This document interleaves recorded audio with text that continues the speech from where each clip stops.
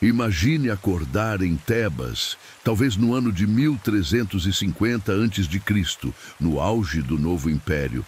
Você não é uma rainha, nem mesmo uma nobre. Você é um presente.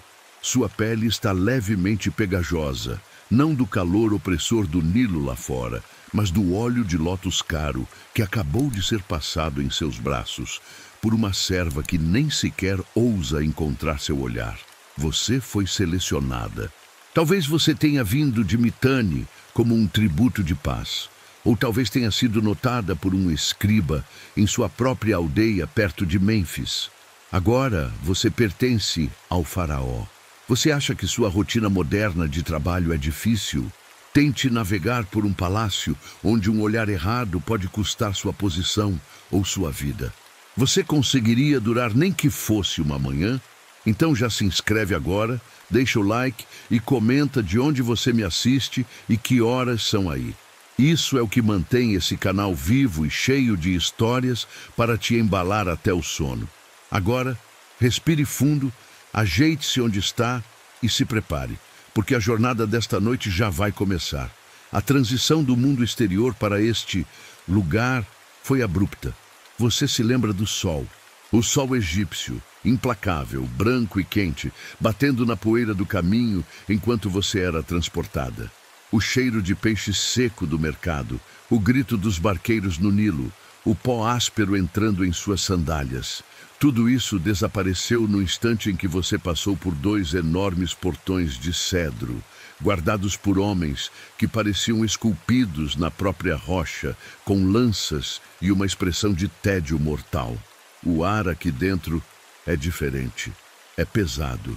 Pesado com o cheiro de 1000 flores, lírios, lótus e algo mais doce, quase enjoativo, que você mais tarde aprenderá a ser o quife, o incenso sagrado que queima dia e noite. O som também mudou. Lá fora era o caos da vida. Aqui dentro é o silêncio do confinamento. Você ouve o gotejar suave de uma fonte em algum pátio interno, o farfalhar de linho fino e, o mais inquietante de tudo, o zumbido baixo de vozes femininas. Centenas de vozes, mas nenhuma delas parece estar falando alto. É um lugar de sussurros. Você está agora na Perkenner, a casa das mulheres ocultas. Seus livros de história modernos chamariam isso de harém, mas a palavra parece pequena demais para a instituição que se desenrola diante de você. Isso não é um antro de prazer preguiçoso, como algum poeta grego poderia descrever séculos depois. Isso é uma máquina, é uma casa de estado, uma reserva de poder dinástico e, para o faraó, uma coleção. E você é o mais novo item adicionado. Você não é a única.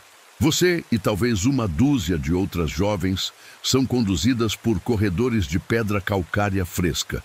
Seus pés, antes empoeirados, agora batem suavemente no chão polido, que parece frio sob o calor do deserto. As paredes são pintadas com cenas vibrantes.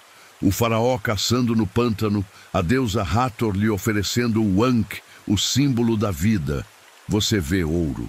Ouro em toda parte. Nas molduras das portas, nos delicados colares das mulheres que passam por você, mulheres que te olham com uma mistura de curiosidade e avaliação fria. Elas veem você não como uma pessoa, mas como um problema, ou talvez uma irrelevância. Você é levada a um pátio aberto, onde palmeiras crescem em grandes vasos de cerâmica. A luz do sol aqui é filtrada, suave. Mulheres mais velhas, com uma autoridade que não precisa ser anunciada, supervisionam tudo. Elas são as supervisoras do harém. Elas não sorriem. Uma delas, com olhos pintados de couro preto e verde e uma peruca pesada adornada com contas de faiança, se aproxima. Ela não te toca. Ela apenas te inspeciona, como quem avalia um cavalo ou um vaso de alabastro. Ela fala com um oficial, um homem de rosto liso e voz surpreendentemente aguda. Um eunuco, o administrador-chefe. Ele anota algo em um papiro. Seu nome antigo, sua antiga vida. Irrelevantes. Você agora é aquela de tal lugar. Seu antigo eu foi efetivamente apagado no momento em que seus pés tocaram a pedra polida. O processo de admissão começa. É humilhante, mas estranhamente íntimo. Você é despida por servas que murmuram entre si em núbio ou líbio. Elas são eficientes, não cruéis. Seu corpo é lavado não com a soda cáustica áspera que você usava em sua aldeia, mas com água morna infundida com pétalas e natrão perfumado. O natrão é o mesmo sal usado para purificar os mortos, para a mumificação, um fato que passa pela sua cabeça e que você tenta ativamente ignorar. Elas esfregam sua pele até ficar rosada. Elas examinam seus dentes, seus cabelos, suas mãos, seus pés. Qualquer imperfeição é anotada. Você sente como se estivesse sendo preparada para um sacrifício ou para uma exibição. Seu cabelo é penteado, desembaraçado e depois ungido com óleo de rícino e amêndoa, até brilhar sob a luz fraca. Eles tiram suas roupas simples de algodão, agora consideradas sujas e impróprias, e lhe dão linho. O linho egípcio. É tão fino que parece água sólida em suas mãos. É quase transparente, plissado com uma precisão que você nunca imaginou ser possível. É branco, imaculado. Você se olha em um disco de bronze polido. A pessoa que te encara de volta é uma estranha, pálida, limpa, com os olhos assustados, envolta em uma riqueza que parece um traje teatral. Você recebe sandálias de papiro macio. Você nunca mais sentirá a terra áspera sob seus pés, apenas pedra polida e tapetes de junco. Você recebe um pequeno quarto, ou talvez um espaço dividido por tapeçarias grossas. Não é privado, não realmente. Você o divide com outras duas mulheres que chegaram na semana passada.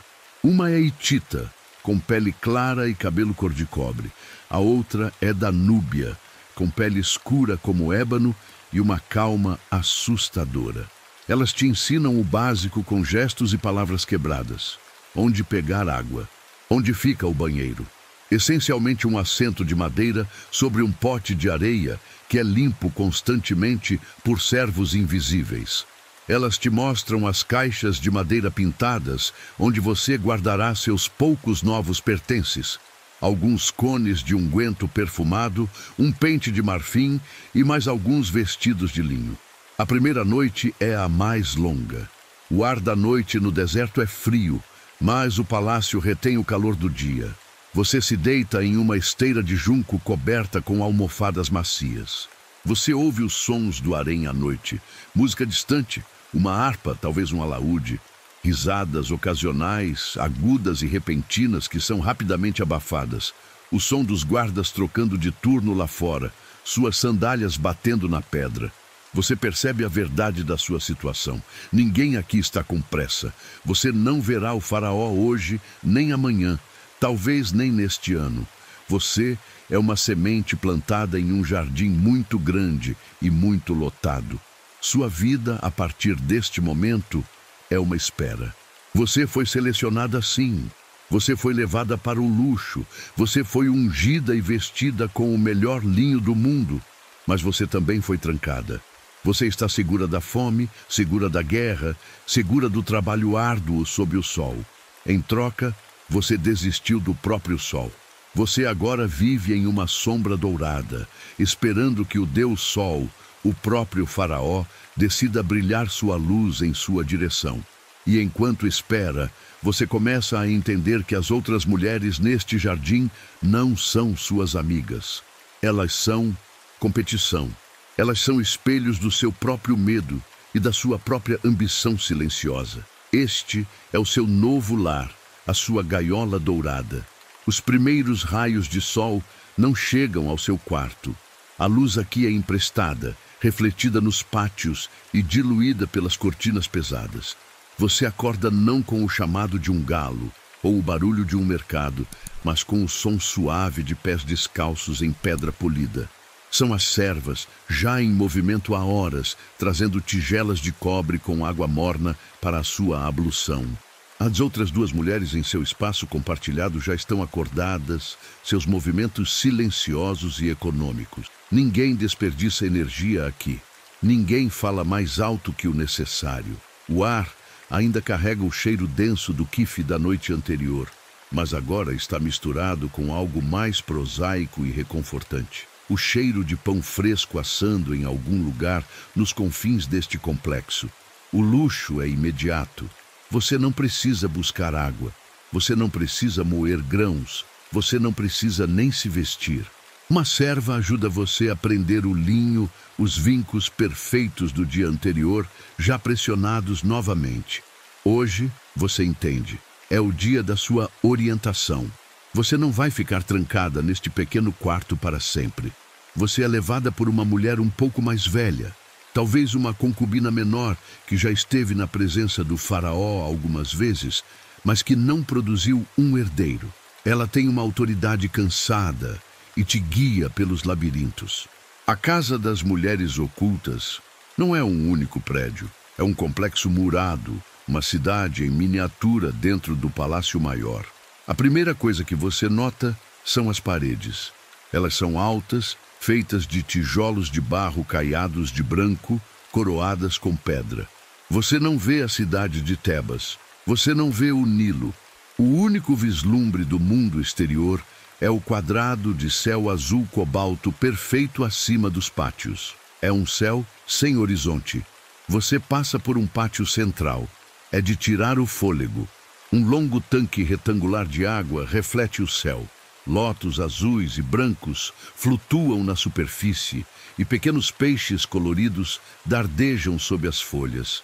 Colunas de madeira pintadas como feixes de papiro sustentam um pórtico sombreado. Mulheres estão sentadas ali, algumas sendo servidas com frutas, romãs abertas, figos frescos, uvas. Outras estão jogando Senet, o jogo de tabuleiro que você reconhece da sua aldeia, mas este é feito de faiança azul brilhante e marfim. Parece uma cena de lazer idílico, mas quando você passa, as conversas param. Os dados de graveto param de cair. Todos os olhos se voltam para você. O silêncio que se segue é pesado, avaliativo.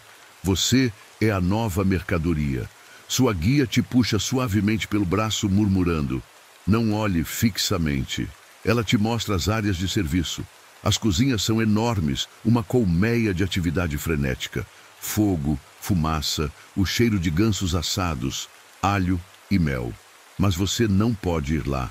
Ela te mostra os banheiros, mais elaborados do que você imaginava, com sistemas de drenagem inteligentes que usam areia e água corrente para manter o lugar surpreendentemente limpo.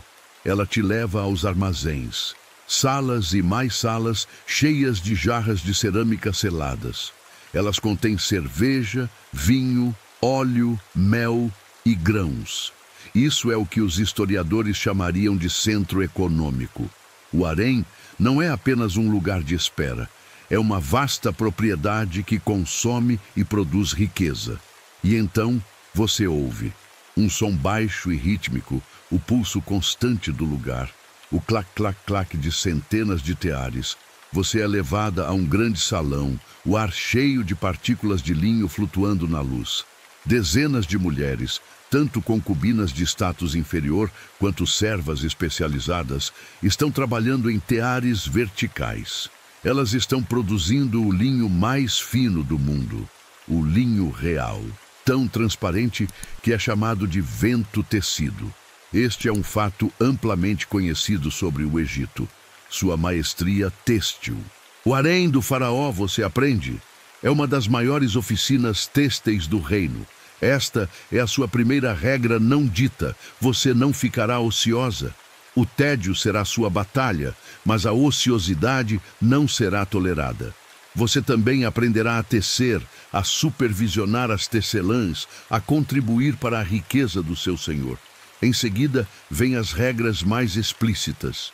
Sua guia para em frente a um conjunto de portas duplas de cedro maciço, guardadas não por soldados comuns, mas por Medjai, guardas de elite do deserto, ferozes e leais apenas ao faraó.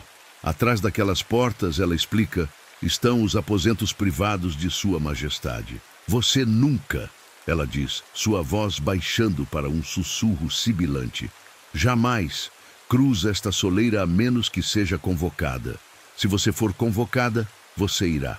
Se não for, você não existe para aquele lado do palácio. Você entende. Este é o limite do seu mundo. A segunda regra, os homens. Você não verá nenhum, exceto pelos guardas nas portas distantes e pelos servos que trazem suprimentos pesados, e mesmo assim eles são escoltados. O mundo interior é exclusivamente feminino, com uma grande exceção. Você vê um homem andando pelo pátio com uma autoridade que faz até as concubinas mais velhas baixarem os olhos. Ele usa linho fino, mas seu rosto é suave e sua voz é aguda. Ele é um administrador, um eunuco. Homens como ele, você aprende, são os verdadeiros gerentes do Perkener. Eles controlam os suprimentos, os cronogramas, a segurança. Eles não são uma ameaça à linhagem do faraó, o que os torna os funcionários perfeitos. Eles são os únicos homens com quem você pode falar, mas você aprende rapidamente que é melhor não o fazer. Eles são os olhos e ouvidos do vizir, e talvez do próprio faraó. A terceira regra, comunicação. Você não pode enviar cartas para sua família. Você não pode receber visitantes. Sua vida anterior foi amputada. Você está aqui agora. Você pode ter tudo o que deseja, comida, roupas, joias, servos, mas não pode ter o lado de fora. É uma troca simples e brutal. Você está segura de tudo, exceto da inveja. Sua guia a leva a uma sala menor, onde mulheres estão moendo minerais em paletas de pedra. Você vê o pó verde brilhante da malaquita e o cinza escuro e pesado da galena. Este é o Kohl, o famoso delineador egípcio. Uma curiosidade que você aprende rapidamente. Não é apenas vaidade. As mulheres mais velhas insistem que ele protege os olhos do brilho implacável do sol refletido nas paredes brancas. O que você não sabe, e elas também não, é que a base de chumbo na galena, em pequenas doses, ironicamente estimula o sistema imunológico a combater infecções oculares comuns no Nilo. Você será ensinada a aplicar isso, não apenas para a beleza, mas como um escudo diário. No final do seu passeio, você retorna ao pátio da piscina. A cena idílica de antes agora parece diferente. Você vê a hierarquia. As mulheres com as melhores almofadas, mais próximas da sombra e da brisa, são as esposas secundárias ou as favoritas de longa data. As mulheres nas bordas como você são as novatas. Você entende que este lugar luxuoso é uma gaiola lindamente pintada, abastecida com a melhor comida e os tecidos mais macios, mas ainda assim uma gaiola. As regras são simples. Seja invisível até ser notada. Seja bonita, seja saudável, não cause problemas e espere. Sua vida inteira, você percebe, foi reduzida a um único verbo: esperar. E enquanto você espera, você deve navegar pelas correntes traiçoeiras das outras mulheres que também estão esperando. Você percebeu rapidamente que sua nova vida de espera não seria passada deitada em almofadas comendo uvas. Isso pode vir depois, se você tiver sorte. Por enquanto, sua espera é ativa. É, na verdade, uma escola. Você é uma aluna em tempo integral na academia mais exclusiva e aterrorizante do Egito. E a única matéria é como agradar um deus. Você é designada, junto com o pequeno grupo de recém-chegadas, a uma série de tutores. Essas não são servas quaisquer. São mulheres de meia idade, com uma postura impecável e olhos que não perdem absolutamente nada. Elas são, em si mesmas, instituições. Algumas foram favoritas de faraós anteriores, aposentadas neste luxo. Outras são mestras de suas artes, trazidas de todo o império para garantir que o entretenimento do palácio seja impecável. A primeira lição é a mais humilhante. Você tem que aprender a existir. Tudo o que você fez em sua vida anterior estava errado. Como você andava, por exemplo. Você costumava andar com um propósito, seus pés batendo firmemente na terra. Aqui, isso é considerado vulgar, barulhento, quase agressivo. Sua instrutora de etiqueta, uma mulher chamada Ti, que usa uma peruca tão pesada que você se pergunta como o pescoço dela a suporta, faz você praticar por horas. Você deve deslizar. Seus pés não devem ser ouvidos. O linho fino do seu vestido deve farfalhar, não balançar. Imagine que você é um barco de papiro deslizando no Nilo ao amanhecer, ela diz, sua voz monótona, sem perturbar a água, sem ondulações. Você passa um dia inteiro apenas andando de um lado para o outro de um pátio com um pequeno jarro de água equilibrado na cabeça. A primeira vez que você derrama, Ti nem mesmo levanta a voz. Ela apenas olha para a poça, depois para você e diz, de novo. Depois, há como sentar. Você não pode simplesmente se jogar em uma almofada. Você deve se ajoelhar, com as costas retas como um talo de lótus, os calcanhares juntos, as mãos pousadas levemente sobre os joelhos. E então você deve ficar assim, por horas. Durante os banquetes, você aprende. Você pode ficar nesta posição por metade da noite. Seus joelhos gritam, suas costas queimam. Você luta contra a vontade de se mexer, de coçar o nariz. O desconforto é uma escolha. Ti murmura, passando por você. Uma dama do palácio escolhe a graça. Você também aprende a comer. Não há garfos, claro. Você usará 3 dedos. Você deve pegar a comida. Um pedaço de ganso assado, um figo pegajoso de mel, e levá-lo à boca sem que uma única gota toque seu queixo ou sua roupa imaculada. Você pratica com pedaços de pão mergulhados em óleo. É mais difícil do que parece. Você aprende a nunca parecer faminta, mesmo que esteja. Pegue a menor porção. Coma devagar. A comida é para sustento, mas o ato de comer é uma performance. Quando Ti finalmente decide que você não se move mais como uma camponesa carregando sacos de grãos, você passa para as artes. Você é levada a um pavilhão arejado, com paredes abertas cobertas por treliças de madeira, permitindo que uma brisa filtrada entre. O ar aqui cheira a madeira de sicômoro polida e a mirra. Este é o conservatório.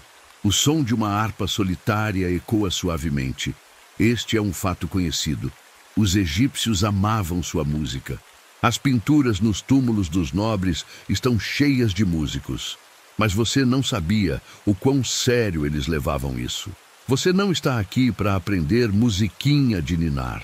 Você está aqui para aprender a música que acalma os deuses, que celebra o faraó, que preenche o silêncio esmagador dos grandes salões. Você é testada. Um mestre de música, um homem líbio, cego, com dedos como garras de pássaro, pede que você cante uma escala. Ele ouve, a cabeça inclinada. Ele pede que você bata um ritmo em um tambor de mão. Ele balança a cabeça lentamente. Sua voz é adequada, ele diz, o que parece um insulto. Mas seus dedos são lentos. Você aprenderá o néfer. O néfer, o alaúde de pescoço comprido com 3 cordas. É lindo, o corpo de madeira polida como um espelho, e é seu novo inimigo. Seus dedos, acostumados ao trabalho áspero, agora precisam aprender a delicadeza. Você passa seus dias em um pequeno cubículo de prática, o som abafado de outras mulheres aprendendo a harpa ou a flauta dupla ao seu redor. Você pratica escalas. Você pratica acordes simples. Seus dedos formam calos. Depois os calos se abrem. O mestre de música não se importa com suas bolhas. A dor é temporária, ele diz, ouvindo de seu assento. Uma nota errada na frente do Deus vivo é eterna.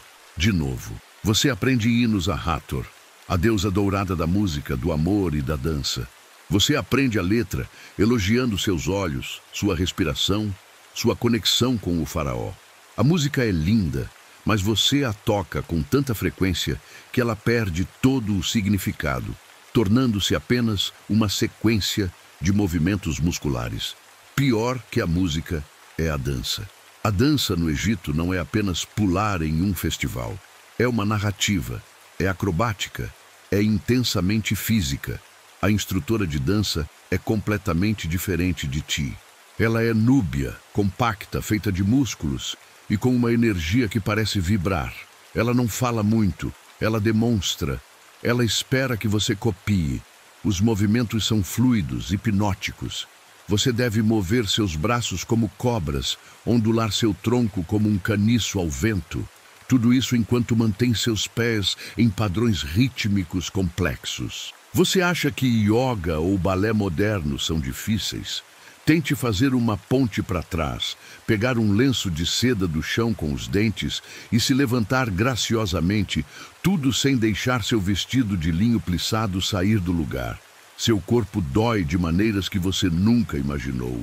Você se alonga, você se contorce, você pratica em grupo e a competição é silenciosa, mas feroz. Você vê a garota hitita, que parecia tão desajeitada, de repente se tornar fogo e fluido quando a música começa. Você vê a outra núbia do seu quarto, que se move como se tivesse nascido da própria música. Você se sente pesada, lenta, humana.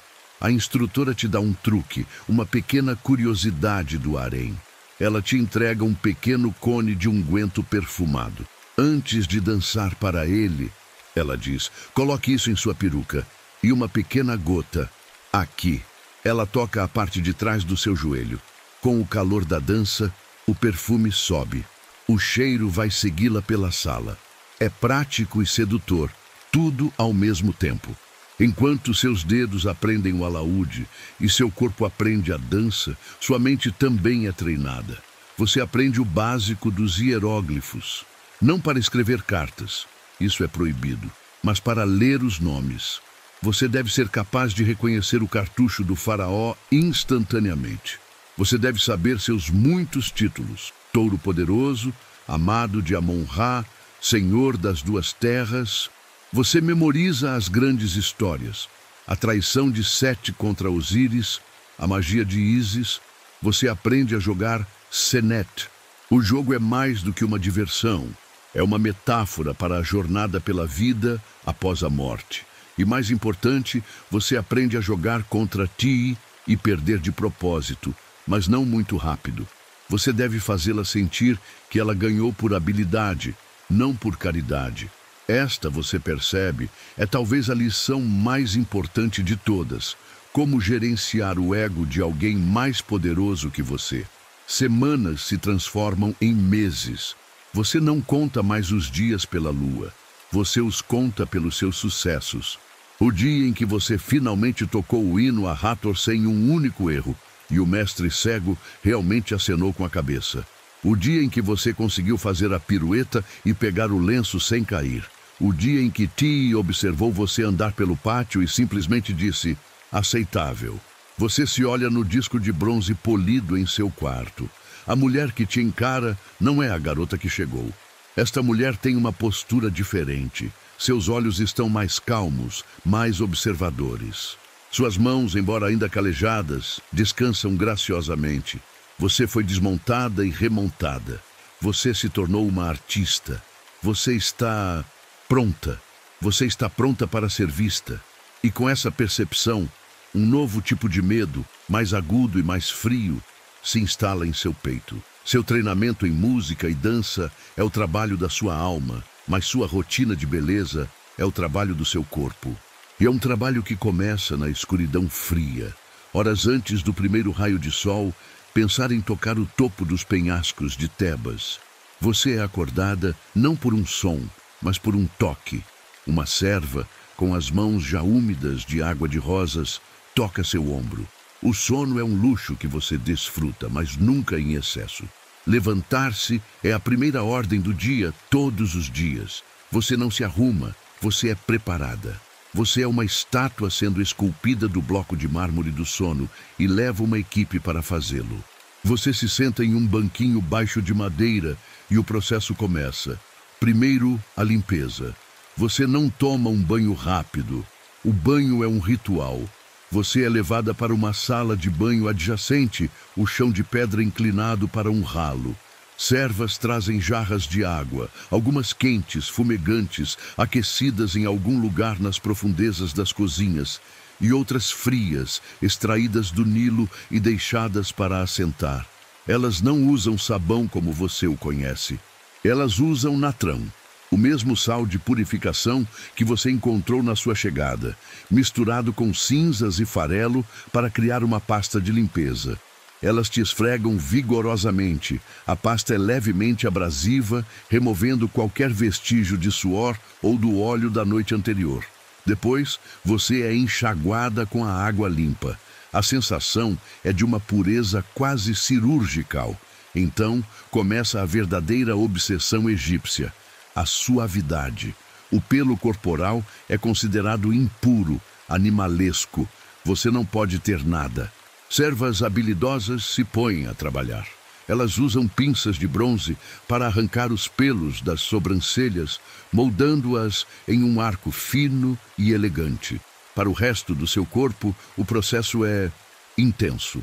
Às vezes, elas usam uma mistura pegajosa de mel e açúcar cozidos, uma forma primitiva de depilação com cera, que é aplicada e puxada rapidamente, levando os pelos com ela. Dói, mas você aprende a apertar os dentes e suportar.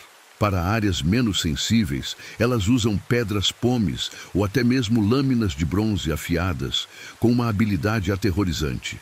Quando terminam, sua pele está lisa como alabastro polido. Agora, a hidratação. Sua pele, livre de pelos e esfregada com natrão, está sedenta. É aqui que entram os olhos. O Egito não é apenas a terra do linho, é a terra dos ungüentos. O ar seco do deserto exige isso. Você não recebe apenas um frasco, você recebe uma bateria. Servas trazem pequenos potes de alabastro. A pedra é valorizada porque mantém o conteúdo fresco. Há óleo de moringa, óleo de rícino, óleo de amêndoa e o caríssimo óleo de balanite extraído de uma árvore do deserto. Elas começam pelos seus pés e sobem, massageando o óleo em sua pele em movimentos longos e rítmicos. Não é uma aplicação rápida, é uma massagem profunda, destinada a fazer sua pele brilhar. Seus ombros, seus braços, seu pescoço, tudo é ungido. Elas usam um óleo diferente, mais leve, para o seu rosto. Você é um banquete sensorial ambulante, cheirando a uma mistura complexa de nozes, terra e uma leve fragrância floral. Depois vêm os perfumes. O quife que você cheira queimando nos corredores também existe como um perfume sólido. Elas aplicam uma base de gordura animal infundida com mirra, olíbano e canela em seus pulsos, atrás de suas orelhas e entre seus seios. O calor do seu corpo liberará lentamente o aroma ao longo do dia. Agora, o cabelo, ou melhor, a falta dele. Seu cabelo real é mantido curto, quase raspado. É prático no calor e mais limpo. O cabelo real é para os camponeses. O poder e a beleza residem na peruca. A sua supervisora de perucas chega. Ela é uma das pessoas mais importantes em sua vida diária. Ela traz sua peruca em um suporte de madeira dedicado. As melhores são feitas de cabelo humano real, compradas ou obtidas de prisioneiros de guerra. Elas são pesadas, complexas e valem uma fortuna. A peruca de hoje é de comprimento médio, com centenas de tranças minúsculas, cada uma amarrada na ponta. Colocá-la é um processo. Seu cabelo curto é preso sob uma touca de linho justa. A peruca é então posicionada e presa com grampos de marfim. É apertada, é quente e muda instantaneamente sua aparência, dando-lhe a silhueta icônica que você vê pintada em todas as paredes. Pequenos anéis de ouro e contas de faiança azul são presos em algumas das tranças, tilintando suavemente quando você vira a cabeça. Finalmente, a pintura. Você não chama de maquiagem, você chama de kohl. É o centro de tudo. Uma serva traz a paleta, uma laje plana de ardósia e um pequeno pilão. Ela moe o mineral de galena, sulfeto de chumbo, até formar um pó cinza escuro fino. Ela o mistura com uma gota de óleo ou gordura para criar uma pasta espessa e preta. Usando um bastão fino de marfim ou madeira, ela começa a aplicar. Este é um fato conhecido. Os egípcios usavam um delineador pesado, mas vê-lo de perto é diferente. Ela não desenha apenas na sua pálpebra. Ela desenha dentro da linha d'água, uma sensação que faz seus olhos lacrimejarem nas primeiras semanas. Então, ela desenha a linha longa e dramática que se estende além do canto do seu olho em direção à linha do cabelo. A linha deve ser perfeita, simétrica. Esta linha, dizem a você, imita o olho do deus falcão Horus. Ela oferece sua proteção divina contra o mal olhado. E como você aprendeu, o kohl, à base de chumbo, realmente ajuda a prevenir infecções oculares do Nilo e reduz o brilho ofuscante do sol. Mas não para por aí. Para suas pálpebras, ela usa o pó verde, malaquita moída. Ela o aplica em uma camada espessa, desde os cílios até as sobrancelhas, que também foram escurecidas e alongadas com o kohl. O efeito é chocante. Seus olhos parecem enormes e reais, como os de uma coruja ou de uma divindade. Por último, os lábios e bochechas. Ela usa um pedaço de ocre vermelho, um mineral de argila, misturado com um pouco de gordura para criar uma mancha vermelha. Ela aplica com o dedo, dando aos seus lábios um tom vermelho tijolo profundo e um rubor sutil nas maçãs do rosto. O toque final, suas mãos e pés. Suas unhas são limpas e polidas até brilharem. E então, elas aplicam rena. Elas mergulham seus dedos e unhas na pasta de rena, manchando-os de um laranja avermelhado profundo. Às vezes, elas fazem o mesmo nas solas dos seus pés. É um sinal de que você não trabalha. Suas mãos são puramente ornamentais. O processo todo leva quase 3 horas. Você finalmente se levanta. Você se sente pesada. A peruca coça. O óleo parece um pouco pegajoso sob o linho. O cheiro de mirra e lótus é quase sufocante. Você olha para o seu reflexo no disco de bronze polido. O metal distorce ligeiramente, mas a imagem é clara. Não é você, é uma obra de arte, é uma máscara. A garota de olhos assustados da aldeia se foi. Em seu lugar está uma figura de uma pintura de tumba. Perfeita, imóvel, perfumada e perigosa. Você está blindada. Sua beleza não é para conforto, é sua armadura e sua arma na batalha silenciosa da corte. Você agora está pronta para quebrar seu jejum. Uma tigela simples de mingau de cevada e alguns figos. Você come lentamente, com seus 3 dedos, sem borrar o ocre vermelho. O dia ainda nem começou. Você está pronta. O ritual da manhã, sua transformação de 3 horas de um ser humano adormecido em uma obra de arte viva, está completo. Você é uma estátua de alabastro pintada, ungida com os perfumes mais caros do império, envolta no linho mais fino. Você se senta em seu quarto, sua postura perfeita, exatamente como Ti lhe ensinou. E você espera. O sol nasce mais alto no quadrado de céu que você pode ver do seu pátio. Os sons do palácio aumentam e nada acontece. Ninguém a chama. O faraó, o Deus vivo, para quem esta transformação foi realizada, está ocupado governando o mundo. Ele está recebendo embaixadores, julgando disputas, talvez planejando uma campanha militar. Ele não está pensando em você. Este é o tédio dourado. O anticlimax esmagador de ser perfeitamente preparada sem nenhum lugar para ir. O dia não pode ser desperdiçado, no entanto. Ociosidade, como você aprendeu, não é uma opção. Você não é apenas uma decoração, você é parte de uma máquina econômica. Você se levanta, seu movimento um deslizamento silencioso sobre a pedra e segue para o seu trabalho. Você segue o som que se tornou o verdadeiro batimento cardíaco da Casa das Mulheres Ocultas. O clac, clac, clac rítmico e incessante de centenas de teares. Você entra no grande salão de tecelagem e o ar muda instantaneamente. Está quente e pequenas partículas de fibra de linho flutuam como poeira de fada na luz que entra pelas altas janelas clerestoriais. O barulho é quase ensurdecedor. Um som de madeira batendo contra madeira, de fios sendo esticados. Dezenas de mulheres estão aqui. Algumas são concubinas de status inferior, como você. Outras são artesãs profissionais, mulheres cuja linhagem inteira se dedicou a esta arte. Você toma seu lugar em um tear vertical. O linho que você está tecendo não é o tecido áspero de sua aldeia. Este é o vento tecido, o linho real. É um fato conhecido em todo o mundo, de Creta aos rios da Mesopotâmia, que o linho egípcio é o melhor que existe. Você está fazendo o melhor do melhor. É um fio tão fino que parece seda de aranha, e o tecido resultante será quase transparente, destinado às túnicas plissadas do próprio faraó ou aos vestidos diáfanos da grande esposa real. Seu trabalho é lento, meticuloso. Seus dedos, outrora ásperos, agora são ágeis e sensíveis, graças ao treinamento no alaúde. Você passa o fuso. Você bate o pente de madeira para apertar o fio. Você se concentra. Um único fio quebrado, um nó no lugar errado, e o pedaço inteiro de tecido pode ser considerado impuro. A supervisora do salão de tecelagem, uma mulher severa com olhos que poderiam perfurar granito, patrulha as fileiras. Ela não diz nada, ela apenas olha.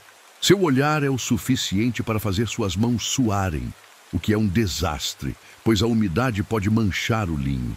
Você enxuga as palmas das mãos em um pano de linho mais grosso ao seu lado e continua. É um trabalho estranho. É comunitário. Você está cercada por outras mulheres, mas intensamente solitário. Ninguém fala. Falar distrai. A concentração é total. Você está competindo silenciosamente com a mulher ao seu lado. O tecido dela é mais uniforme. O dela é mais branco. Horas passam. Sua coluna, treinada para ficar reta, começa a doer. Seus ombros queimam com o movimento repetitivo de seus braços. Você não está apenas tecendo linho. Você está tecendo horas de sua vida em um pano que você talvez nunca veja ser usado. Quando o sol atinge seu zênite, o calor no salão de tecelagem se torna insuportável. A supervisora dá um sinal e os teares param. O silêncio repentino parecendo anormal. É hora da refeição do meio-dia e da pausa. Você se retira para seus aposentos. O tédio retorna, mas agora é um tédio cansado. E é aqui que sua segunda tarefa do dia começa: o gerenciamento. Você não é a pessoa mais baixa na hierarquia. Abaixo de você estão as servas. Você tem duas designadas a você, meninas líbias capturadas na última campanha, que só falam algumas palavras de egípcio. Elas estão esperando em seu quarto quando você chega. Uma segura uma bandeja com pão, pasta de grão de bico e uma pequena tigela de uvas. A outra segura um grande leque de plumas de avestruz. Enquanto você come, lentamente, com seus 3 dedos, você as observa. Este é o seu pequeno domínio. Você se levanta e inspeciona o quarto. Você passa um dedo ao longo da borda de sua caixa de cosméticos de madeira de sicômoro. Você o levanta, uma leve camada de poeira. Você olha para a serva responsável pela limpeza e simplesmente levanta a sobrancelha. A garota empalidece, ela se curva, pega um pano e freneticamente limpa a superfície. Você aprendeu o poder do silêncio e da desaprovação. É uma pequena crueldade, talvez, mas é como você mantém sua posição. Você inspeciona seus olhos. O pote de alabastro de unguento de lótus está meio vazio. Você faz um gesto para a outra serva. Você precisará requisitar mais do administrador. Você é responsável pelo seu próprio pequeno inventário de luxo. É como gerenciar um projeto de grupo muito pequeno e muito estranho, onde ninguém pode falar e o fracasso significa... Bem, você não quer saber o que significa. Com o trabalho feito e o gerenciamento concluído, a tarde se abre como um abismo. O que fazer? Você não pode tirar uma soneca. Isso é considerado preguiçoso e arruinaria sua peruca e pintura. Você vai para o pátio da piscina. As mulheres de status mais alto estão lá, jogando senete nas áreas sombreadas. Você se senta com a mulher hitita do seu quarto. O tabuleiro de faiança azul é fresco ao toque. Vocês jogam. O claque das peças de marfim no tabuleiro. Você move seu peão. Ela bloqueia você. Vocês já jogaram este jogo centenas de vezes. Não é sobre ganhar. é sobre fazer o tempo passar. É aqui, no tédio compartilhado da tarde, que o verdadeiro poder do harém é exercido. O boato. Você ouve as mulheres mais velhas, as favoritas estabelecidas, falando em voz baixa. Você aprende a ouvir sem parecer estar ouvindo. Você aprende que a esposa núbia do faraó está grávida novamente. Você aprende que uma remessa de turquesa do Sinai foi perdida para os nômades e o faraó está de mau humor. Você aprende qual guarda foi chicoteado por adormecer no portão. Esta é a sua verdadeira educação. E é aqui que você aprende os segredos. Uma das concubinas mais velhas, uma mulher que já deu 2 filhos ao faraó e agora desfruta de uma posição de respeito confortável, vê você observando as crianças correndo. Ela se aproxima de você, sua voz um sussurro seco. Ela fala sobre controlar o destino. Você, sendo jovem, fica confusa. Ela fala sobre decidir quando ter um filho. Para você, parecia um raio divino, não uma escolha. Ela ri, um som baixo. É quando ela lhe conta a curiosidade surpreendente do harém. Ela fala sobre contracepção. Ela menciona receitas registradas em papiros médicos, como o papiro Kahun. Ela lhe fala sobre uma pasta feita de mel, que é um conhecido agente antibacteriano. Então ela lhe diz o ingrediente principal: esterco de crocodilo. Você tenta não recuar. Esterco de crocodilo.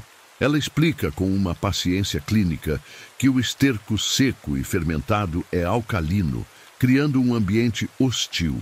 Ela também menciona a acácia fermentada, que você mais tarde saberá que contém um espermicida natural. Ela lhe diz: um filho é uma arma, querida, mas uma arma disparada na hora errada explode na sua mão. Você armazena essa informação chocante. É nojenta, mas é, talvez, a primeira sensação real de controle que você teve desde que chegou. O sol finalmente mergulha no horizonte. O ar do deserto esfria rapidamente. As lamparinas a óleo são acesas, lançando longas sombras dançantes. O cheiro de ganso assado e pão de cominho começa a tomar conta. O claque-claque dos teares finalmente para. Um silêncio diferente cai sobre o harém. O tédio dourado do dia acabou. Agora começa a ansiedade dourada da noite. Você volta ao seu quarto. A serva retoca seu colo e você se senta em sua esteira com a coluna reta e você espera. O dia foi gasto em trabalho. A noite é para a espera.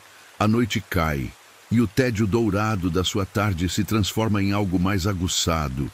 A ansiedade social da noite. O trabalho nos teares está feito. Sua prática de alaúde está completa. Suas servas retocaram seu col, garantindo que as linhas estejam perfeitamente nítidas à luz bruxuleante das lamparinas a óleo. Você não foi convocada para os aposentos privados do faraó. Esta não é a sua noite. Mas isso não significa que sua noite acabou. Você é convocada, junto com dezenas de outras mulheres, para o salão de jantar comunal do harém. Este não é um banquete real com o faraó. Esses são eventos de estado, raros e formais. Esta é a refeição noturna diária da casa das mulheres ocultas. E é aqui que a verdadeira hierarquia, a teia de aranha de poder que você apenas começou a sentir, é revelada em sua totalidade. Você desliza para dentro do grande salão, seus pés descalços silenciosos na pedra calcária. O salão é vasto, suas colunas pintadas como flores de lótus abertas, segurando o teto escuro. O ar é espesso com fumaça de tochas, o cheiro de ganso assado, cominho e pão de cevada, tudo misturado com a nuvem coletiva de perfume de centenas de mulheres. Centenas. Você percebe o quão grande este lugar realmente é. Você vê mulheres de todas as cores de pele e tipos de cabelo, núbias escuras como o céu noturno, líbias de pele clara com tranças vermelhas, mulheres de Mitane com olhos amendoados e até mesmo algumas garotas pálidas e assustadas de Creta. O palácio é um colecionador de pessoas. O som é um zumbido baixo, um mar de sussurros e risadas contidas. Seu lugar é em uma esteira de junco no chão, perto da parte de trás do salão. As novatas, como você, sentam-se no chão. É aqui que você vê o primeiro nível. Você e as outras mulheres recém-chegadas, todas vocês obras de arte perfeitamente preparadas, sentadas no chão comendo em pequenas mesas de madeira de 3 pernas. O próximo nível acima de você são as concubinas estabelecidas. Mulheres que já foram convocadas, talvez mais de uma vez. Elas não sentam em esteiras. Elas têm almofadas grossas. Elas riem um pouco mais alto. Elas têm suas próprias servas paradas atrás delas, abanando-as com leques de plumas, mesmo que o ar da noite esteja fresco. Elas recebem as melhores porções de comida primeiro. Elas olham para você, a novata, com uma mistura de pena e desprezo. Elas já passaram por isso. Acima delas, o próximo nível, as esposas secundárias, as Hemet. Elas não estão no chão. Elas estão sentadas em bancos baixos de madeira, alguns incrustados com marfim. Muitas delas são princesas estrangeiras enviadas ao faraó como parte de tratados de paz. A princesa babilônica, a filha do rei hitita. Elas não estão aqui pelo romance, elas são garantias políticas. Elas têm suas próprias pequenas cortes ao seu redor, seus próprios servos de suas terras natais. Elas falam em suas próprias línguas e ninguém as manda parar. Elas são intocáveis, elas te ignoram completamente. Para elas, você é parte da mobília, uma serva bonita que por acaso dorme em um quarto melhor. E então, há o trono. Na frente do salão, em uma plataforma elevada, há uma cadeira de cedro pesada, dourada e incrustada com faiança azul. Ela está vazia. O zumbido no salão continua enquanto as mulheres comem e fofocam. Você está pegando um pedaço de pão para mergulhar no mel quando um silêncio cai sobre o salão. Não gradualmente, instantaneamente. Como se um sino de vidro tivesse caído sobre vocês todos. Uma mulher entra, flanqueada por 2 atendentes segurando cistros, os chocalhos sagrados de Hathor, que não chacoalham. Elas apenas os seguram, como símbolos de seu poder. Esta é a Hemet Nesut Weret, a grande esposa real. Ela não é apenas uma esposa, ela é a esposa. Ela é a rainha. Ela é a contraparte feminina do faraó. Ela pode ser sua irmã ou meia-irmã. Este é um fato histórico amplamente conhecido que choca sua sensibilidade moderna. A realeza egípcia se casava dentro da família. Para eles, não era nojento, era divino. Mantinha a linhagem de sangue dos deuses pura, incontaminada por mortais menores. E o poder dela é absoluto.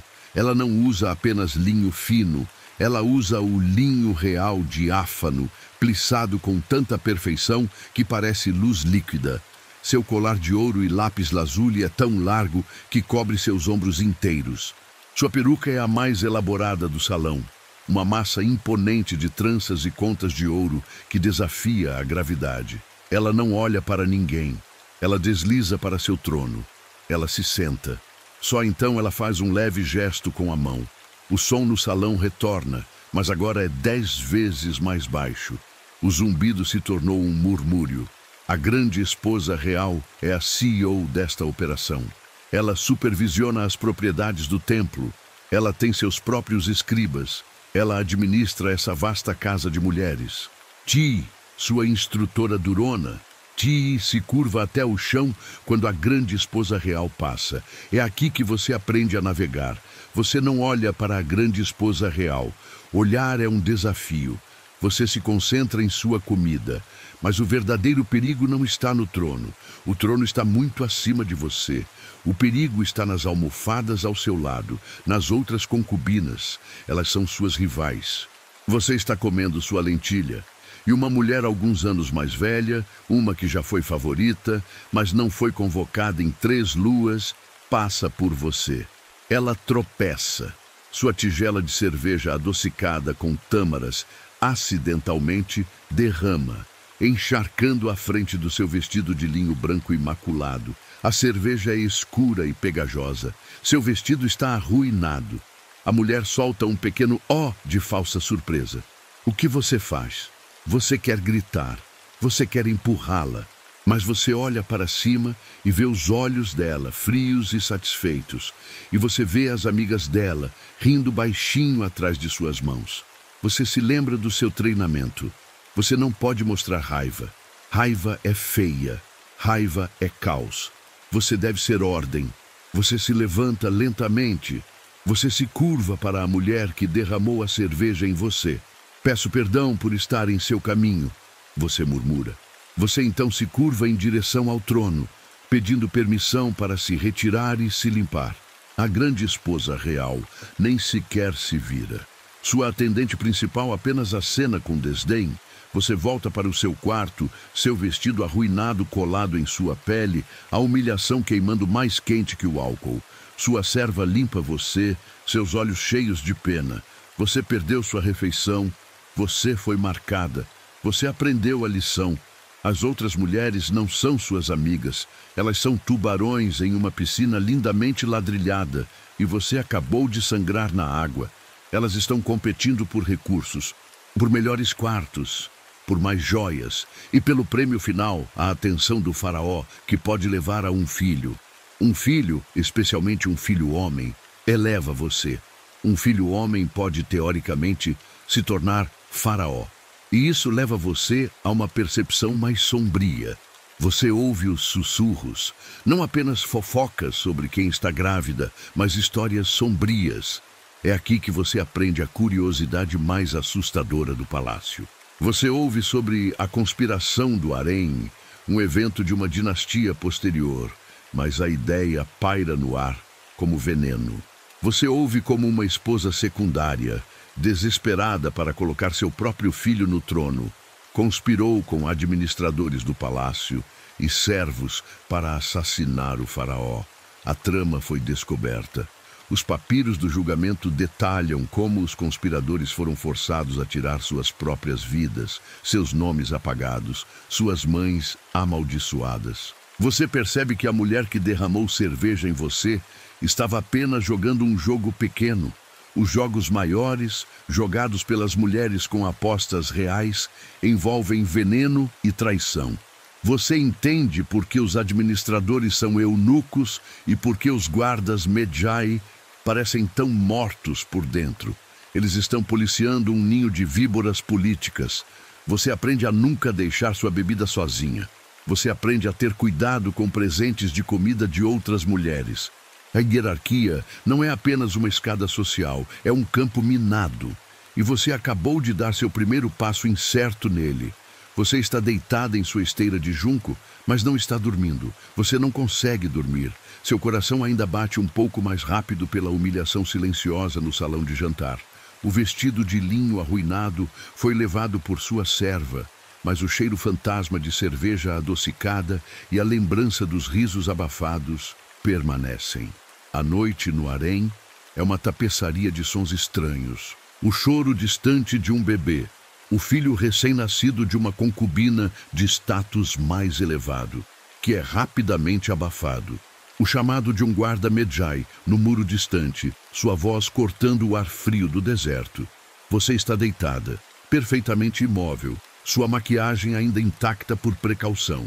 Você aprendeu nas últimas semanas que as convocações não vêm com um convite educado pela manhã. Elas acontecem quando o Deus deseja. E o Deus é um ser noturno. Você quase adormeceu. Aquele estado de torpor leve e ansioso, quando um som que não pertence quebra o silêncio do seu quarto. O farfalhar suave, quase imperceptível, da cortina de linho grosso que separa seu espaço do corredor. Você abre os olhos instantaneamente, seu coração disparando em seu peito, um tambor de mão batendo contra suas costelas. Não é sua serva, é uma silhueta contra a luz fraca do corredor. Um homem. Você reconhece o contorno da peruca limpa e a ausência de ombros largos de um soldado. É um eunuco, o administrador-chefe, aquele que supervisionou sua admissão há tantos meses. Ele nunca vem a esta parte do harém, as alas de dormir das novatas, a menos que seu coração para. Você não respira, ele não olha diretamente para você. Ele olha para a parede acima de sua cabeça, um sinal de respeito burocrático. Sua voz é plana, sem emoção, um zumbido no silêncio. O Todo-Poderoso, Senhor das Duas Terras, amado de Amon, deseja sua presença. Ele não diz o faraó, ele usa os títulos formais. A frase paira no ar como fumaça de incenso. O faraó, ele sabe que você existe. O eunuco desaparece. No instante em que a cortina cai, seu quarto, antes silencioso, explode em atividade frenética e silenciosa. Suas duas servas, que dormiam no chão do lado de fora, entram como sombras. O pânico delas é visível. Não há tempo para o banho ritual de 3 horas. Este é o preparo de emergência. Uma tigela de cobre com água morna perfumada é trazida. Você é limpa, sua pele esfregada rapidamente para remover qualquer vestígio de sono. Seus olhos são reaplicados, mas não com a massagem lenta. É uma aplicação rápida. As mãos delas deslizando sobre seus ombros, braços e pernas para dar brilho. O cheiro de mirra e lótus enche seus pulmões, quase te sufocando. Elas trazem sua roupa, o melhor linho, não o linho de trabalho dos teares. O vento tecido que você viu outras mulheres fazerem, aquele reservado para a realeza. É quase completamente transparente. Elas prendem-no em você, seus dedos ágeis e trêmulos. Elas selecionam suas joias. Um colar simples de contas de ouro e cornalina. Nada muito chamativo. Você não deve ofuscar, apenas adornar. O couro é retocado. A serva que o aplica está tremendo tanto que você teme que ela vá borrar a linha. Você quer gritar com ela para se acalmar, mas sua própria garganta está fechada. Elas colocam sua melhor peruca, a pesada, com as centenas de tranças finas e contas de lápis lazuli, e o toque final, aquele que você aprendeu na sua aula de dança. Elas colocam o cone de unguento perfumado no topo da sua cabeça. O cone sólido de gordura infundida com canela e lótus. Você se sente ridícula. Ele parece instável. Mas você sabe que o calor do seu corpo e dos salões o derreterá lentamente, fazendo o perfume escorrer pelo seu pescoço. Você é uma vela humana. O eunuco espera do lado de fora da sua cortina. Você emerge. Você baixa os olhos para o chão. Siga-me. A caminhada é a mais longa da sua vida. Você se lembra da lição de Ti. Deslize, não perturbe a água. Você foca em seus pés. Você desliza. Você passa pelo pátio da piscina. A água está parada, preta como obsidiana sob as estrelas. Você ouve o claque ocasional das peças de Senet. As outras mulheres, elas estão acordadas. Elas te veem. Você sente os olhos delas em suas costas. Sem pares de olhos, inveja, ódio, medo. Elas estão torcendo para você falhar. Elas estão com medo de você ter sucesso. Você continua andando. Você chega às grandes portas de cedro, aquelas que você foi proibida de se aproximar. Os guardas Medjai estão lá, imóveis como estátuas em um túmulo. Eles não olham para você. O eunuco murmura algo. As portas se abrem. O som é baixo. Um gemido de madeira bem oleada. Você entra em um mundo diferente. O ar aqui é mais quente, mais seco. O cheiro de perfume floral do harém desaparece, substituído por algo mais antigo. O Líbano, o incenso dos deuses e o cheiro de vinho derramado e carne assada de um banquete que acabou de terminar. Os corredores são mais largos. As paredes são pintadas com cenas de batalha. O faraó em sua carruagem matando líbios. O faraó com seu arco, pisoteando núbios. É propaganda em escala de mural. Você é levada a um salão de audiências menor, não o grande salão do trono. É íntimo. O chão é coberto por tapetes grossos da Síria, há lamparinas a óleo por toda parte, fazendo o lugar brilhar como um caixão de ouro. É um fato conhecido que o faraó é um deus na terra, a encarnação de Horus. Mas a ideia de um Deus e a realidade de um homem são duas coisas diferentes. E então você o vê, ele não está sozinho. Há um escriba em um canto, ainda trabalhando em um papiro. Há um general mais velho em uma cadeira baixa e o cão de caça pessoal do faraó dormindo aos seus pés. O faraó está reclinado em um sofá baixo. Uma curiosidade que você nota: quase não há cadeiras. Os egípcios se agachavam ou se reclinavam. Cadeiras com encosto alto eram símbolos de status extremo. Ele não está usando a coroa dupla ou a barba falsa cerimonial. Ele é um homem. Ele usa uma peruca simples e um saiote de linho. Ele parece cansado. Ele te observa. O silêncio se estende. O eunuco te cutuca suavemente. Você se lembra do seu treinamento. Você cai de joelhos. Você se prostra. Você coloca sua testa diretamente no tapete sírio que cheira a poeira e vinho. Você não se move. Você não respira. Você é terra. Você é nada. O silêncio é a pior parte. O único som é o scratch-scratch da caneta de junco do escriba no papiro. Sua testa dói. O cone de perfume ameaça escorregar. Finalmente uma voz. Levante-se. A voz é mais alta do que você esperava. Com autoridade. Você se levanta, mas não totalmente. Você fica de joelhos, com os olhos fixos no chão a 3 metros à sua frente. Você não pode olhar para o rosto dele. Você é a Dimitane? Ele pergunta. Sua garganta está fechada. Não, vida, prosperidade, saúde, grande senhor, eu sou de Tebas. Sua voz sai como um rangido. Ele ri, um som curto. Ah, a tebana. Ti diz que você aprendeu o alaúde. O pânico real. É uma audição. Sim, vida, prosperidade, saúde. Toque, ele comanda. Um servo silenciosamente coloca um néfer em suas mãos. O alaúde, seu inimigo. Seus dedos estão frios. Você pensa no mestre cego. Uma nota errada é eterna. Você respira fundo. Você posiciona seus dedos e você toca.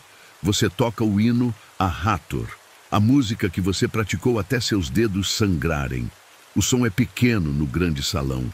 Suas mãos tremem, mas seus dedos se movem por conta própria. A música termina. O silêncio volta. O faraó diz algo ao general em voz baixa. O general ri. Então, o faraó se dirige a você. Sua música é aceitável. A mesma palavra que Ti usou. Você sabe dançar? Você assente, ainda olhando para o chão. Dance. A música começa. Um flautista e um baterista que você nem tinha notado começam um ritmo. Você se levanta, você dança, você faz os movimentos fluidos, a ondulação da cobra. O cone de perfume em sua cabeça começa a derreter. Você sente uma gota quente de gordura perfumada escorrer pelo seu pescoço. Você termina a dança ajoelhada, com a cabeça baixa. O salão está mortalmente silencioso. O faraó não diz nada por um longo tempo. Então, você entreterá minha grande esposa real amanhã. Ela gosta do hino a Hathor. Ele te elogiou indiretamente? Ele te deu para a rainha?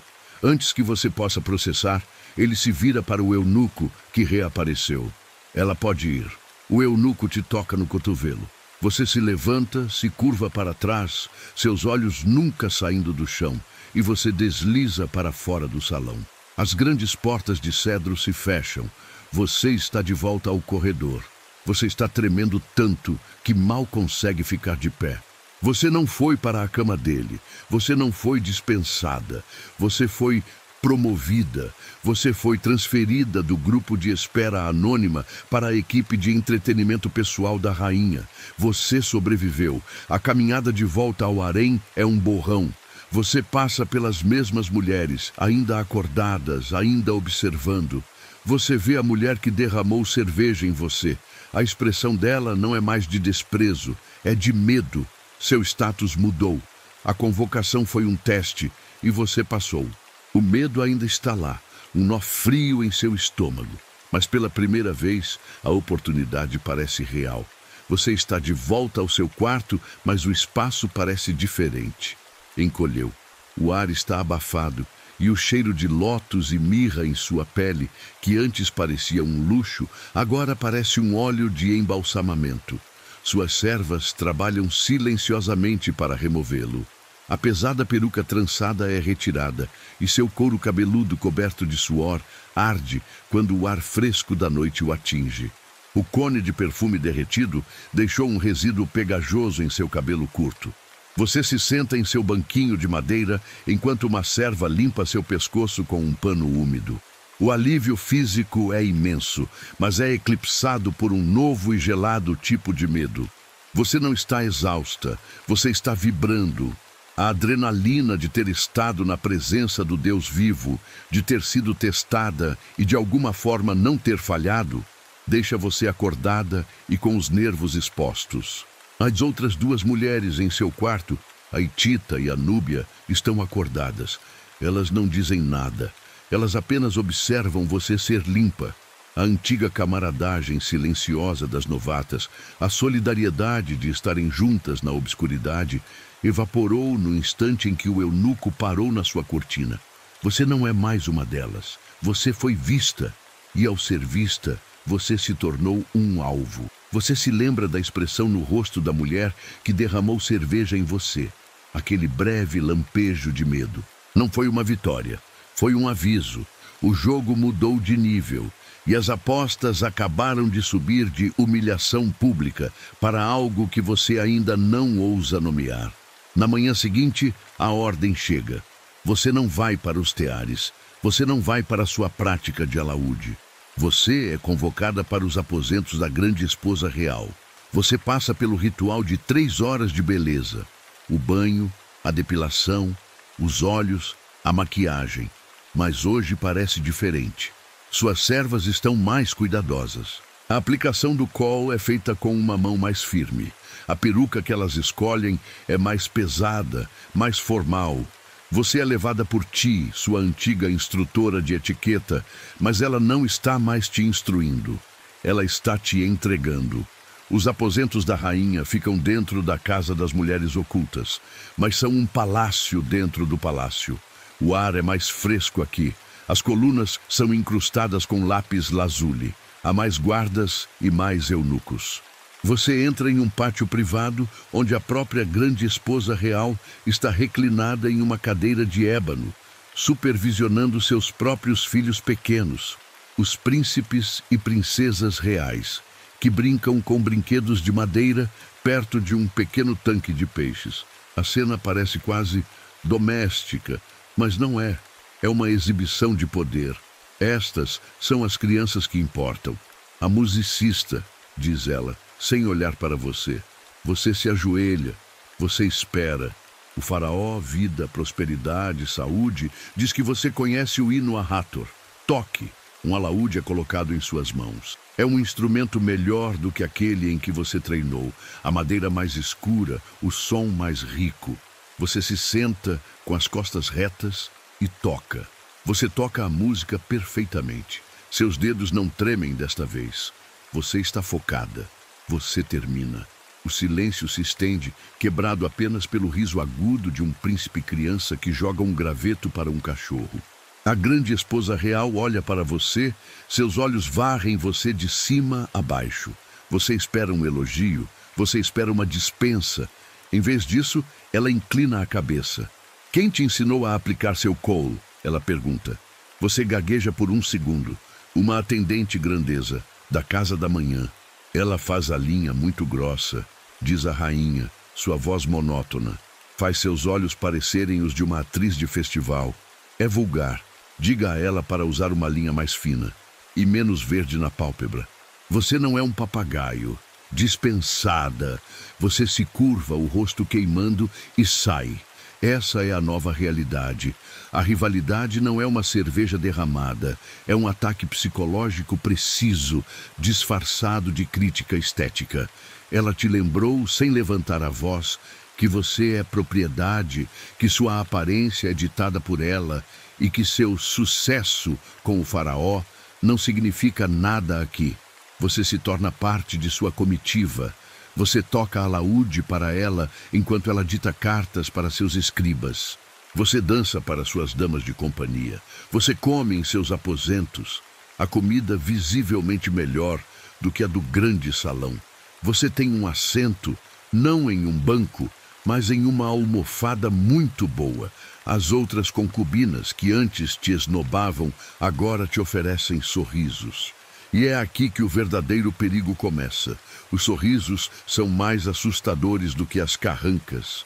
Um dia, após uma apresentação particularmente longa, uma das favoritas da rainha, uma mulher líbia mais velha, que é conhecida por sua habilidade em tecelagem, se aproxima de você. Ela segura um pequeno prato. Nele, um único figo perfeito, aberto e recheado com mel e nozes picadas.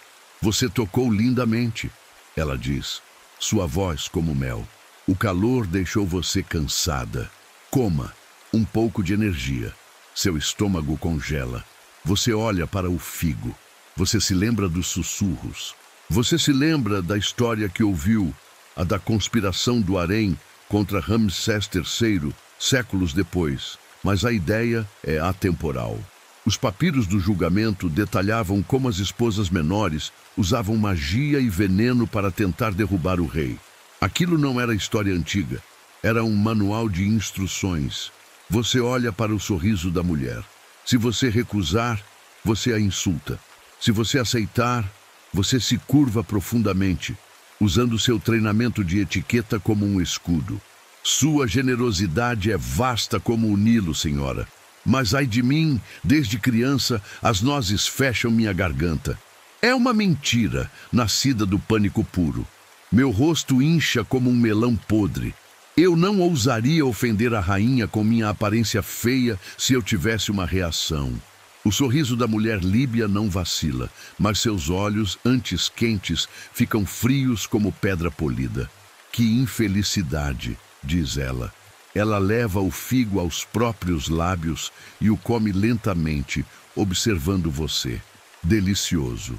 Você acabou de fazer um inimigo, mas talvez tenha evitado a morte.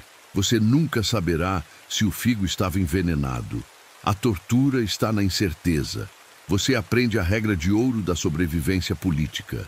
Nunca coma nada que você não viu ser preparado, ou que uma rival lhe ofereça de bom grado. O perigo não é apenas pessoal, é político. Por estar nos aposentos da rainha, você é uma mosca na parede. Você é o entretenimento de fundo. As pessoas falam na sua frente como se você não existisse. Um dia, você está tocando suavemente em um canto, enquanto a grande esposa real se encontra com o vizir, o homem mais poderoso do Egito depois do faraó. Eles falam sobre suprimentos de grãos. Eles falam sobre os impostos de um nomarca no delta que parece estar se tornando muito rico. Ele está retendo os impostos do templo, diz o vizir em voz baixa. A rainha não desvia o olhar de sua taça de vinho. O templo de Ptah, em Mênfis, tem uma nova sacerdotisa. Ela deve sua posição a mim. Talvez ela possa auditar os livros dele. Uma auditoria pode ser perturbadora, diz o vizir. A perturbação é o ponto, responde a rainha. Lembre-o a quem ele serve. Você está tocando o hino a Hathor e seus dedos de repente parecem grossos e estúpidos. Você bate uma nota errada, um som azedo e vibrante que morre no silêncio. A conversa para. O vizir e a rainha olham para você. Você congelou. Sua vida inteira passa diante de seus olhos. Você ouviu algo que não deveria. Você ouviu a rainha, a Remet-Nesut-Weret, manobrando ativamente a política de Estado, minando um oficial de alta patente. A rainha inclina a cabeça. A mesma inclinação de antes. Seus dedos estão cansados, musicista? Sua garganta está seca. Perdão, grandeza, o óleo em meus dedos, eles escorregaram. Ela te encara por um longo momento. Você pode ouvir seu próprio sangue pulsando em seus ouvidos. Finalmente, ela se vira para o vizir. Como eu estava dizendo, o festival de Opet exigirá 500 novos jarros de cerveja. A conversa mudou para trivialidades. A mensagem foi enviada. Eles sabem que você ouviu. Eles não se importam, porque você agora é cúmplice. Se você falar quem acreditaria em você? E se acreditassem, você seria silenciada por traição. Você não é mais apenas uma concubina, você é uma testemunha. Você percebe que as intrigas palacianas não são jogos divertidos. São lutas mortais pelo poder, travadas não com exércitos, mas com figos recheados, auditorias de templo e notas de alaúde no momento certo. Você voltou para o seu quarto naquela noite e, pela primeira vez, você realmente temeu pela sua vida. O medo que se instalou em você, depois de ouvir a conspiração da rainha, não desaparece. Ele não evapora com o sol da manhã. Ele apenas se acomoda. Ele se torna um novo órgão interno, um peso frio e constante em seu estômago. Você aprende a viver com ele. Você aprende a tocar seu alaúde para a rainha, a sorrir para a mulher líbia que lhe ofereceu o figo, a manter suas linhas de cor finas e seu rosto inexpressivo. Você é uma atriz em tempo integral e seu palco é um ninho de víboras douradas. Mas então, a recompensa pelo seu desempenho começa a chegar. A sobrevivência na corte não é recompensada com segurança. Nunca há segurança, mas com privilégios. Uma manhã, Ti, a instrutora de etiqueta, aparece em seu quarto compartilhado. Ela não olha para você. Ela olha para suas duas servas. Recolham as coisas dela, ela ordena. Você é movida. Você deixa o espaço barulhento e comunal das novatas. Você é levada para uma ala diferente do harém. Uma ala mais silenciosa, mais próxima dos jardins privados. Você recebe seu próprio quarto. Não é um grande salão, mas é seu. Você não precisa mais dividir seu espaço com a Hitita e a Núbia. Você tem paredes de estuque pintadas, uma cortina de linho grosso que fecha de verdade e, o mais inacreditável de tudo, uma cama. Não é apenas uma esteira no chão. É uma estrutura de madeira elevada, com pernas esculpidas como patas de leão e um colchão de linho recheado com palha macia. Você tem seu próprio banquinho de madeira de ébano e sua própria caixa de cosméticos de marfim. Você não precisa mais compartilhar. Seu status mudou. Você agora é uma ornamento real, uma favorita estabelecida. E com os novos aposentos, vêm novos presentes. O faraó é generoso com seus favoritos. É um sinal de sua riqueza e poder. Um eunuco administrador chega, não com uma convocação, mas com bandejas. Ele supervisiona enquanto os servos colocam os itens em sua cama. Você toca o primeiro. Um novo colar Uzek é pesado. Não é feito de faiança, como os que você usava. É feito de ouro maciço, incrustado com fileiras de cornalina, turquesa e lápis-lazuli. O peso dele em seu pescoço é reconfortante, uma âncora de riqueza. Eles trazem tecidos, rolos e mais rolos do mais fino linho real, tão transparentes que fazem o vento tecido que você costumava fazer parecer grosseiro. Eles trazem sandálias de couro branco macio, não de papiro. Eles trazem novos potes de alabastro, seu próprio conjunto, óleo de moringa para sua pele, óleo de lírio para seu perfume, um pote de galena já moída. Você não precisará mais usar o suprimento comunal. Você tem o seu próprio. Você também recebe sua própria serva de corpo, uma mulher mais velha de Mênfis que não fala muito, mas cujos olhos são experientes. Ela, você entende, é tanto uma assistente quanto uma guarda. Ela provará sua comida. Você é convocada novamente. Desta vez, não há pânico, apenas uma resignação profissional. Você é preparada, você é levada, você desliza pelos corredores. Você passa pelas grandes portas de cedro. Você entra nos aposentos privados. Desta vez, não há general nem escriba. É apenas ele, reclinado, ouvindo um arpista cego em um canto. Ele dispensa o arpista. Ele pede que você se sente, não no chão, em um banco próximo a ele. Ele lhe oferece uma taça de vinho tinto forte de Sile, adocicado com mel. Você bebe, embora seu coração esteja batendo. Você confia que o vinho do faraó não está envenenado, a menos que ele queira. Ele fala. Ele pergunta sobre sua aldeia. Ele pergunta sobre a música. Você responde, sua voz baixa, seus olhos no chão. E desta vez, quando a noite termina, você não é dispensada. Você é levada para além de um véu de linho, para o quarto de dormir real. O cheiro de olíbano é avassalador. E você cumpre o dever final para o qual foi treinada. Você não é mais apenas uma artista. Você é uma concubina completa. O tempo passa. Você se estabelece em uma nova rotina. Você toca para a rainha durante o dia, evita a mulher líbia. E às vezes, talvez uma vez por semana, você é convocada para os aposentos reais à noite. Você se torna parte da mobília, uma parte luxuosa e confiável da vida do faraó.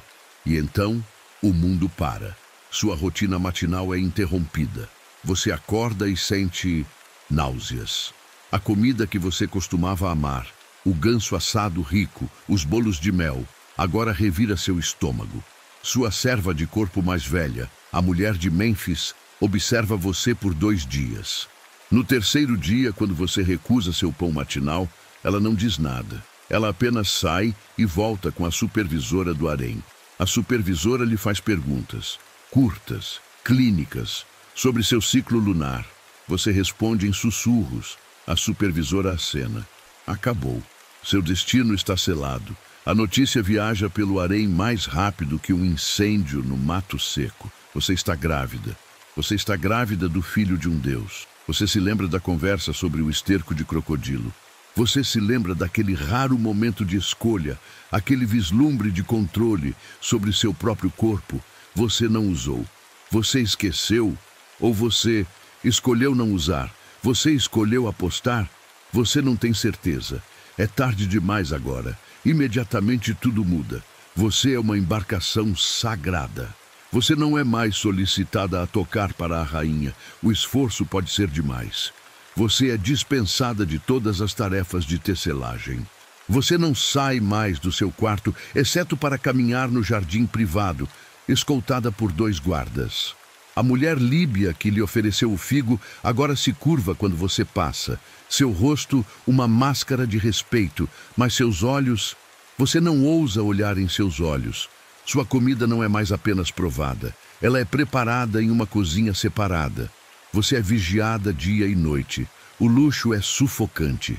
Você está sendo protegida, sim, mas você também é uma prisioneira do potencial em seu ventre. A grande esposa real a convoca. Você se ajoelha diante dela, seu corpo já começando a engrossar. Ela te olha, não com raiva, mas com o cálculo frio de um fazendeiro avaliando o gado. Você está saudável? Ela pergunta. Sim, grandeza. Bom, o faraó precisa de muitos filhos. Reze a Hathor para que seja forte. E só isso. Ela está indiferente. Os meses passam em um borrão de comida, sono e massagens com óleo. Então, a dor. Você é levada para uma casa de nascimento, uma parte especial do palácio, com parteiras e sacerdotes de Hathor. Você se agacha em tijolos de nascimento decorados, exatamente como as mulheres da sua aldeia faziam. Você grita, você amaldiçoa. Você é apenas uma mulher, não um ornamento. E então o choro. A parteira lava o bebê, ela o envolve em linho, ela o traz até você. É um momento que transcende o palácio. É apenas você e esta nova vida. A parteira sorri. É um presente dos deuses, senhora. O faraó tem uma nova filha. Uma filha. Você expira um suspiro que parece ter guardado por 9 meses. Alívio. Alívio puro e avassalador. Uma filha é boa. Uma filha é um trunfo. Ela será criada no harém com você. Ela receberá a melhor educação. Ela será uma princesa, uma Satnesut, e será usada em uma aliança política, casando-se com um nobre poderoso ou um príncipe estrangeiro. Ela lhe dá status, ela lhe dá segurança. Você é agora a mãe da filha do rei. Você tem uma posição vitalícia. Mas enquanto você segura sua filha, um pensamento frio passa por você. E se tivesse sido um menino? É um fato histórico conhecido que a sucessão geralmente passava pelo filho da grande esposa real. Um menino seu não seria o herdeiro. Ele seria uma ameaça ao herdeiro. Ele seria um ímã para conspirações, um ponto de encontro para nobres descontentes. Ele seria um alvo, e você, sua mãe, seria o alvo número 1 da mulher mais poderosa do Egito. Você teria passado o resto de sua vida não em luxo, mas em terror abjeto, sabendo que um figo envenenado ou uma queda acidental estava sempre a um sussurro de distância. Você olha para sua filha, você a beija. Você sobreviveu à maior aposta de todas. Os anos passam, eles fluem não como dias ou meses, mas como as grandes inundações do Nilo. Cada inundação anual enterra a terra antiga sob um novo lodo fértil. E cada ano no palácio enterra sua antiga identidade sob novas camadas de status e experiência. Sua filha, a filha do rei, que você segurou em seus braços, não é mais um bebê. Ela é uma jovem de 12 anos, elegante e assustadoramente controlada. Ela já está em seu próprio treinamento de etiqueta, e sua instrutora é Ti, a mesma mulher que te ensinou a andar, e que parece, de alguma forma, não ter envelhecido um único dia. Ti agora trata você como uma colega, talvez até como uma superior. Você envelheceu. Seu ritual de beleza matinal de 3 horas mudou de propósito. Não é mais uma criação, mas uma manutenção cuidadosa, uma restauração. Sua nova serva de corpo, uma mulher síria quieta que você mesma escolheu, passa mais tempo massageando os olhos em sua pele, que não tem mais aquele brilho de pêssego da juventude. O col que ela aplica ao redor de seus olhos é um pouco mais espesso, não da maneira vulgar que a rainha uma vez criticou, mas de uma forma estratégica para redefinir os olhos que agora têm finas linhas de riso e preocupação em seus cantos. As perucas que você usa são mais pesadas, mais dignas.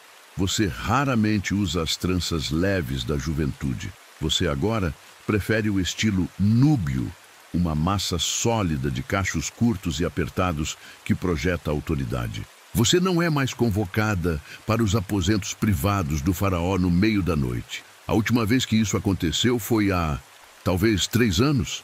Honestamente, é um alívio que você não admitiria para ninguém. O medo da performance, a ansiedade de ser testada, tudo isso se foi. O faraó, ele mesmo agora um homem de meia idade, com fios de prata visíveis em sua barba postiça cerimonial, valoriza a estabilidade acima da novidade. Ele te vê em banquetes. Ele te reconhece com um leve aceno de cabeça. Você é uma instituição. Você é a mãe de sua filha. Você é uma presença familiar e calmante. Você se tornou uma das anciãs do harém.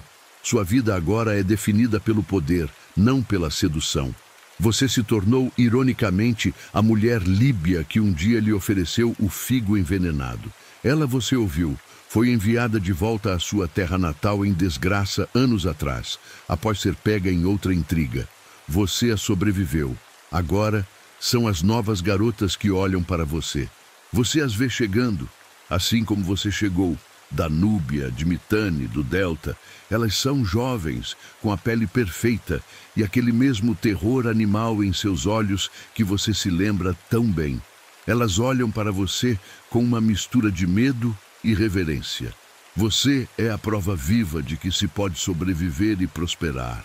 Você não tece mais, você supervisiona os teares. Você caminha pelo grande salão, o ar ainda cheio de partículas de linho, e o clac, clac, clac, para instantaneamente quando você se aproxima. Você inspeciona o vento tecido. Você aponta um fio quebrado com um único dedo e a tecelã empalidece. Você não diz nada. Você não precisa.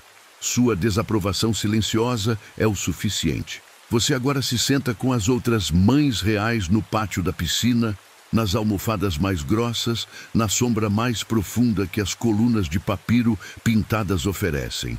Vocês jogam Senet e vocês fofocam. Mas as fofocas agora são o verdadeiro negócio.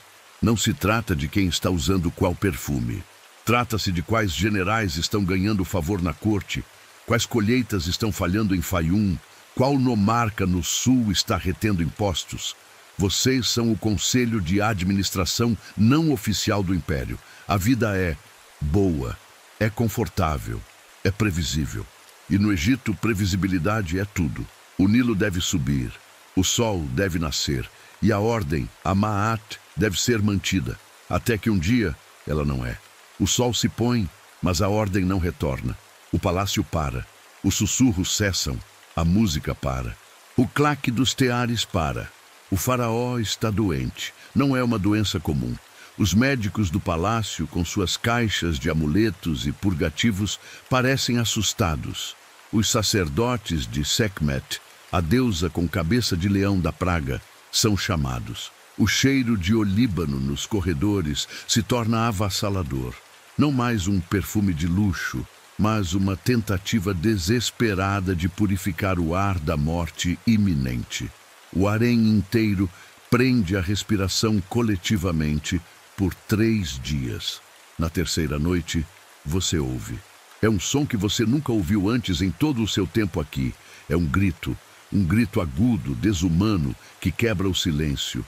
Você sabe, antes de ver, o que é. É a grande esposa real. Você corre para o pátio central. As mulheres estão saindo de seus quartos, o pânico quebrando toda a etiqueta. A grande esposa real está lá, no centro do pátio. Seu rosto, normalmente uma máscara de controle divino, está contorcido em uma dor feia e humana. Ela está rasgando seu próprio vestido de linho real, um ato de luto ritual. E então o som começa, se espalhando de mulher para mulher. O lamento. Centenas de vozes, concubinas, servas, esposas, se unem em um uivo ritual. Elas batem no peito. Elas pegam poeira dos vasos de plantas e a jogam sobre suas perucas caras. Você faz o mesmo. Você chora. Você chora pelo homem que foi seu mestre, seu Deus, o pai de sua filha. Mas por baixo do luto, o órgão frio do medo, que estava adormecido há anos, acorda com força total. O Deus está morto. O centro do seu universo desapareceu. O palácio é selado. Ninguém entra, ninguém sai. Os 70 dias de mumificação começam. Seu mundo, antes tão estável, agora está no fio da navalha. Sua posição, seu quarto privado, seu status, a própria vida de sua filha, tudo estava ligado àquele homem. E agora, o herdeiro, o filho da grande esposa real, é agora o faraó. Ele é um jovem de 19 anos que você viu crescer correndo por aquele mesmo pátio. Ele te conhece? Ele te respeita como a mãe de sua meia-irmã? Ou ele te vê como um dreno desnecessário nos recursos do palácio, uma relíquia viva de seu pai? Você pensa nas concubinas do pai dele. Você se lembra do que aconteceu com elas. Algumas foram aposentadas com honra, enviadas para um palácio menor em Mênfis, uma casa das viúvas, para viver seus dias em obscuridade confortável. Mas outras, aquelas que talvez tivessem apoiado um príncipe rival, ou que simplesmente não eram queridas pela nova rainha, elas desapareceram. Seus nomes foram riscados dos registros de ração. Elas se tornaram não pessoas. Os 70 dias passam em um borrão de luto ritual, jejum e ansiedade paralisante. Finalmente, o novo faraó, coroado e divino, faz sua primeira visita oficial à Casa das Mulheres Ocultas. Ele entra, jovem e desconfortável, em suas novas vestes de Deus. Sua mãe, agora a rainha-mãe, caminha ao seu lado, seus olhos mais frios e poderosos do que nunca. Ele se dirige a vocês. Ele anuncia que honrará as casas de seu pai. Você expira. Você está segura. Sua filha, a irmã do rei, agora é uma peça de xadrez política de valor inestimável. E você, sua mãe, é a guardiã dessa peça. Seu futuro está claro. Você não será enviada para Mênfis. Você ficará. Você se tornará a matrona do harém. Você se tornará Ti. Você ensinará às novas garotas como andar, como falar, como tocar o alaúde. Você garantirá que o harém de seu novo mestre funcione tão perfeitamente quanto o do antigo. Você trocou o sol brilhante e o futuro incerto de sua aldeia por isso. O crepúsculo dourado. uma vida inteira de serviço em troca de segurança. Você olha para o seu reflexo no disco de bronze polido. A mulher que te encara é velha. Seus olhos estão cansados, mas ela não tem medo. Você sobreviveu. E assim, a sua história no Egito Antigo chega ao fim. A história da garota que foi levada de sua aldeia, transformada em um ornamento, e que aprendeu a navegar pelas águas perigosas do poder. Você se tornou uma sobrevivente, uma mãe e, no final, uma matrona. A máquina do império continuará girando, o Nilo continuará a inundar, mas sua parte nesta grande peça terminou. Agora é hora de deixar esse palácio para trás. Você pode deixar o som dos sistros e das harpas desaparecerem. O cheiro de lótus, mirra e olíbano se dissipa, substituído pelo cheiro familiar, seguro e limpo do seu próprio quarto. Você pode sentir o peso reconfortante do seu cobertor, uma proteção muito mais real e muito mais suave do que qualquer guarda Medjay de olhar vazio. O ar que você respira agora não está cheio de poeira de papiro ou fumaça de incenso. É o seu ar, calmo, fresco e parado. Deixe os pátios de pedra calcária e as paredes pintadas se dissolverem na escuridão. Não há mais aulas de etiqueta para assistir. Não há mais hinos para praticar. Não há mais linhas de code para aperfeiçoar. E não há mais ninguém para impressionar, ninguém a temer. Você não precisa mais deslizar silenciosamente com medo de perturbar a ordem. Você pode simplesmente soltar. Você pode relaxar. Você está segura. Você está confortável. O mundo antigo, com toda a sua beleza cruel e seu luxo exigente, derreteu-se nas areias do tempo. Resta apenas o silêncio confortável da noite. Resta apenas a sensação de seu corpo afundando suavemente na escuridão quente e acolhedora. Deixe o sono te levar. Deixe a correnteza suave do sono te levar para longe, para um lugar de descanso profundo, tranquilo e completo.